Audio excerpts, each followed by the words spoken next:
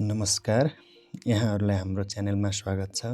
आज मिति 2083 2 महिना 6 गते बुधबारको दिन गोरखापत्रमा प्रकाशित गरिएको लोकसेवाका लागि एकदमै महत्त्वपूर्ण विभिन्न समसामयिक विषयवस्तुहरू सम्बन्धित वस्तुगत प्रश्नोत्तरको सङ्गालो ज्ञानसागरको बारेमा छलफल गर्नेछौँ। यदि तपाईहरू यस च्यानलमा नयाँ हुनुहुन्छ भने कृपया च्यानललाई सब्स्क्राइब गरिदिएर सहयोग गर्नुहोला। आउनुहोस् प्रश्न नम्बर 1 बाट आजको भिडियो सुरु गरौँ। प्रश्न नम्बर 1, प्रख्यात नेपाली आरोही कामिरीता शेर्पाले सर्वाधिक 32औं पटक सगरमाथाको आरोहण गरी आफ्नै विश्व कीर्तिमान तोड्ने सफलता कहिले प्राप्त गरेका हुन्? यसको उत्तर रहेको छ विक्रम सम्वत 2083 जेठ 3 गते। एभरेस्ट म्यान उपनामले समेत चिनिने 55 वर्षीय आरोही कामिरीताले 14 पिक्स एक्सपेडिसन टोलीको नेतृत्व गर्दै 8848.86 मिटर अग्लो शिखरमा 32औं पटक पाइला टेकेका हुन्। सन् 1994 मा पहिलो पटक सगरमाथा चुमेका उनले सन् 2018 मा पा शेर्पाको 21औं पटकको कीर्तिमान तोडेका थिए। उनी जीवनको अधिकांश समय गाइडको भूमिका निर्वाह गर्दै विश्व पर्वतारोहण क्षेत्रको प्रतिष्ठित व्यक्तित्व बनेका छन्।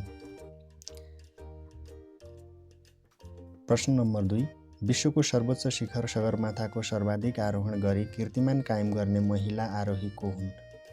यसको उत्तर रहेको छ लाक्पा शेर्पा। माउन्टेन क्वीन उपनामले चिनिने नेपाली महिला पर्वतारोही लाक्पा शेर्पाले विक्रम सम्वत 2083 जेठ 3 गते 11औं पटक सगरमाथाको सफल आरोहण गर्दै यसअघिको आफ्नै कीर्तिमान तोडेकी हुन्। 7 समिट ट्रेक मार्फत सम्पन्न भएको यो आरोहणले विश्वभरका महिला र पर्वतारोहीलाई अदम्य साहस र समर्पणको प्रेरणा प्रदान गरेको। प्रश्न नम्बर 3, 2082 सालको प्रतिष्ठित उत्तम शान्ति पुरस्कारबाट सम्मानित हुने व्यक्तित्व को हुनुहुन्छ? यसको उत्तर रहेको छ वनस्पति विज्ञ डाक्टर तीर्थबहादुर श्रेष्ठ। उनको कीर्ति थियो नेपाल गाथा। उत्तम कुँवर स्मारक पुरस्कार गुठीद्वारा विक्रम सम्वत 2044 सालदेखि उत्कृष्ट गैर आख्यान, निबन्ध, संस्मरण, जीवनी आदि विधामा प्रदान गरिँदै आएको यस पुरस्कारको राशि 1 लाख रुपियाँ रहेको छ। प्रश्न नम्बर 4, हालै कङ्गो र युगान्डामा फैलिएको इबोलाको नयाँ प्रकोप बुन्डीबुग्यो प्रजातिको भाइरसको प्रकोपलाई लक्षित गर्दै डब्ल्युएचओले अन्तर्राष्ट्रिय चासोको सार्वजनिक स्वास्थ्य सङ्कटकाल घोषणा कहिले गरेको हो? यसको उत्तर रहेको छ सन् 2026 मे 17। सन् 1976 मा पहिलो पटक पत्ता लागेको र चमेरोबाट मानिसमा सरेको विश्वास गरिने यो भाइरस सङ्क्रमितको शारीरिक तरल पदार्थ तथा काटिएको छालाको प्रत्यक्ष सम्पर्कबाट सर्ने गर्दछ। इबोला प्रकोपका कारण गम्भीर रक्तस्राव हुने साथै अङ्गहरू निकम्मा भई मानिसको ज्यान जाने गर्दछ। डब्ल्युएचओका अनुसार हाल यस प्रकोपले महामारीको स्तर पार नगरे पनि सीमा जोडिएका अन्य देशमा संक्रमण फैलिने उच्च जोखिम बढाएको छ। त्यस्तै प्रश्न नम्बर 5, महालेखा परीक्षकको 63औं वार्षिक प्रतिवेदन अनुसार हाल नेपालको कुल अद्यावधिक बेरोजगारी कति रहेको छ? यसको उत्तर रहेको छ 7 खर्ब 55 अर्ब 17 करोड। प्रतिवेदन अवधिमा थप 88 अर्ब 9 करोड रुपियाँ बेरोजु कायम भएको छ। विगतको सम्परीक्षण र यस वर्षको फर्सेटबाट 14 अर्ब 63 करोड रुपियाँ असुल भएको छ। सङ्घीय मन्त्रालयहरूमध्ये वित्तीय अनुशासन कायम गराउने अर्थ मन्त्रालयमै सबैभन्दा बढी कुल सङ्घीय बेरोजुको करिब 70% अर्थात् 37 अर्ब 63 करोड बेरोजु देखिएको। प्रदेशतर्फ सबैभन्दा बेरोजु मध्य प्रदेशमा 1 अर्ब 87 करोड देखिएको छ भने सबैभन्दा कम कोशी प्रदेशमा 58 करोड 66 लाख छ। जेन्जी आन्दोलनका कारण 179 निकायले कागजात पेश नगर्दा 1 खर्ब 47 अर्ब 90 करोड रुपियाँ बराबरको लेखा परीक्षण हुन नसकेको। त्यस्तै प्रश्न नम्बर 6, एक दिवसीय ओडिआई क्रिकेटको इतिहासमा सबैभन्दा कम खेलमा 150 विकेटले पुरा गर्ने विश्व कीर्तिमान कुन खेलाडीले कायम गरेका हुन्? यसको उत्तर रहेको छ सन्दीप लामिछाने। सन् 2026 मेमा उनले यो कीर्तिमान पुरा गरेका छन्। नेपाली लेग स्पिनर सन्दीप लामिछानेले जम्मा 73 खेलमा 150 ओडिआई विकेट पुरा गर्दै अस्ट्रेलियाका मिचेल स्टार्कको 9 वर्ष पुरानो कीर्तिमान तोडेका हुन्। मिचेल स्टार्कले चाहिँ 77 खेलमा 150 विकेट पुरा गरेका थिए। स्कटल्यान्ड विरुद्धको खेलमा 150 विकेटको आँकडा पार गरेका उनले यसअघि 42 खेलमै 100 विकेट लिएर रसिद खानको रेकर्ड समेत तोडेका थिए। प्रश्न नम्बर 7, नेपालमा पहिलो पटक टियर 4 प्रमाणीकृत हाइपर स्केल डेटा सेन्टर निर्माण गर्न कुन अमेरिकी बहुराष्ट्रिय कम्पनीले नेपाली लगानीकर्तासँग रणनीतिक साझेदारी गरेको छ? यसको उत्तर रहेको छ गुगल। विश्व प्रसिद्ध प्रविधि कम्पनीहरू गुगल र मेटाले नेपाली कम्पनीहरूसँगको साझेदारीमा काठमाडौँ र वीरगञ्जमा अत्याधुनिक डेटा सेन्टर निर्माण गर्न लगानी गर्ने भएका छन्। गुगल क्लाउडसँगको सहकार्यमा ब्लुचिन डेटा भोल्ट प्रणालीले नेपालमै पहिलो पटक टियर 4 प्रमाणीकृत डेटा सेन्टर चोभार र वीरगञ्जमा बनाउने भएको छ। मेटाले वर्ल्डलिङ्क कम्युनिकेसनसँग मिलेर करिब 5 अर्ब रुपियाँ लगानीमा माता तीर्थमा टियर 3 स्तरको डेटा सेन्टर निर्माण गर्ने तयारी गरेको छ। चिसो हावापानी र प्रशस्त जलविद्युत भएको नेपालमा डेटा सेन्टरको कुलिङ चिस्यान लागत कम हुने भएकोले यो परियोजनाले नेपाललाई दक्षिण एसियाकै महत्त्वपूर्ण डिजिटल हब र डेटा भण्डारण केन्द्र बनाउन सघाउनेछ।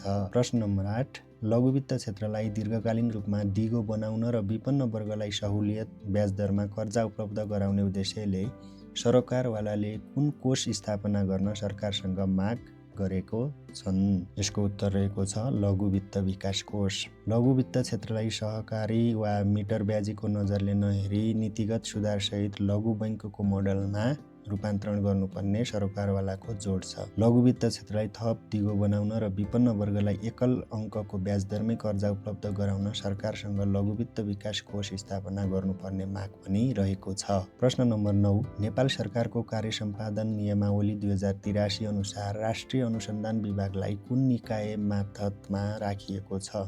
यसको उत्तर रहेको छ प्रधानमन्त्री तथा मन्त्री परिषद कार्यालय। यसअघि गृह मन्त्रालय अन्तर्गत रहेको थियो। प्रश्न नम्बर 10, हालै नेपालको कुन स्थानमा खाना पकाउने प्रयोजनार्थ हरित हाइड्रोजन ग्यासको सफल उत्पादन गरिएको छ? यसको उत्तर रहेको छ बडीगाड बागलुङ।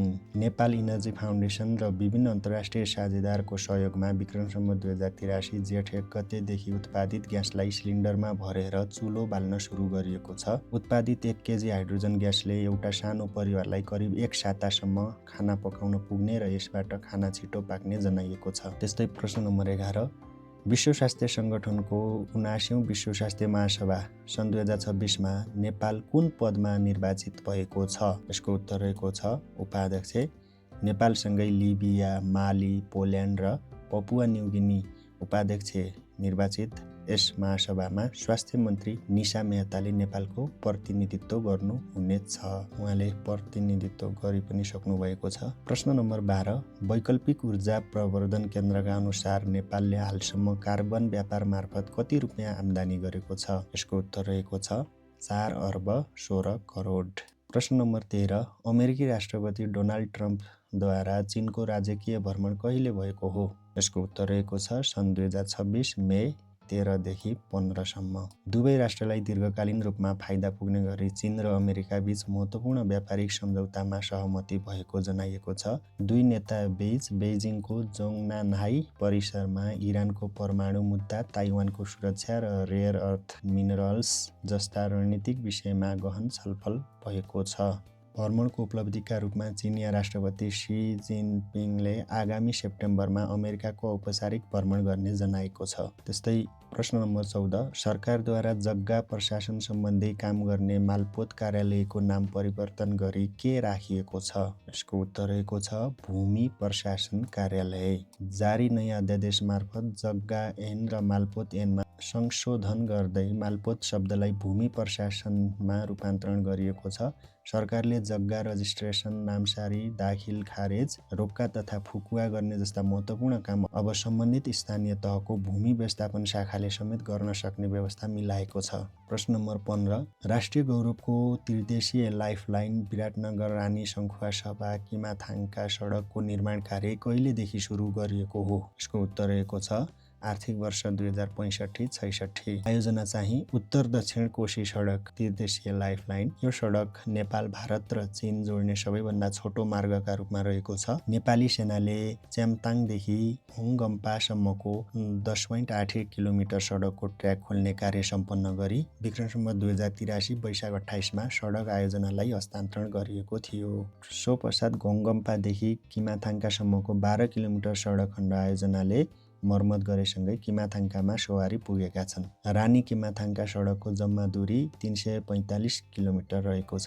प्रश्न नम्बर 16, विश्व दूरसञ्चार तथा सूचना समाज दिवस कहिले मनाइन्छ?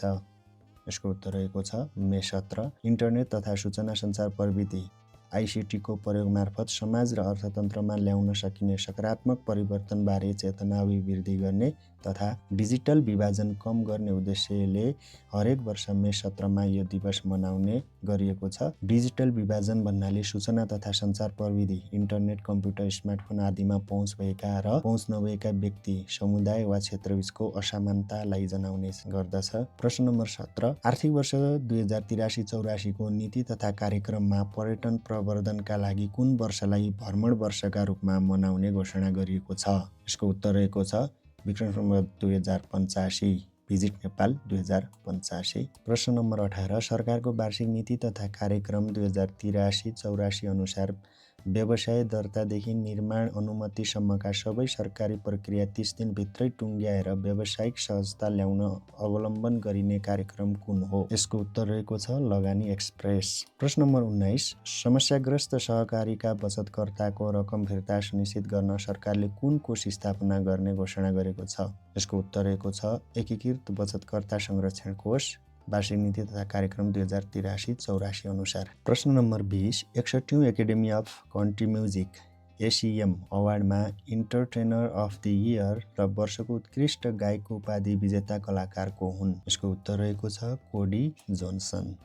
सो अवार्डमा गायिका एला ल्याङ्गलीले उत्कृष्ट गायिका र चुजिङ टेक्सास गीतबाट सङ अफ द इयर सहित सर्वाधिक 5 विधामा अवार्ड जितेकी छन्। प्रश्न नम्बर 21, वर्ल्ड रनिङको साझा संस्था एम्सले यस वर्षको प्रतिष्ठित एम्स सोसल अवार्ड 2026 कुन नेपाली म्याराथनलाई प्रदान गर्यो? यसको उत्तर रहेको छ धारा नेपालगञ्ज म्याराथन। समाजमा शान्ति, सद्भाव र एकता प्रवर्धन गर्दै सकारात्मक कार्य गरे बापत नर्वेमा आगामी जुनमा हुने एम्सको 25औं वर्ल्ड कङ्ग्रेसमा उक्त अवार्ड प्रदान गरिनेछ।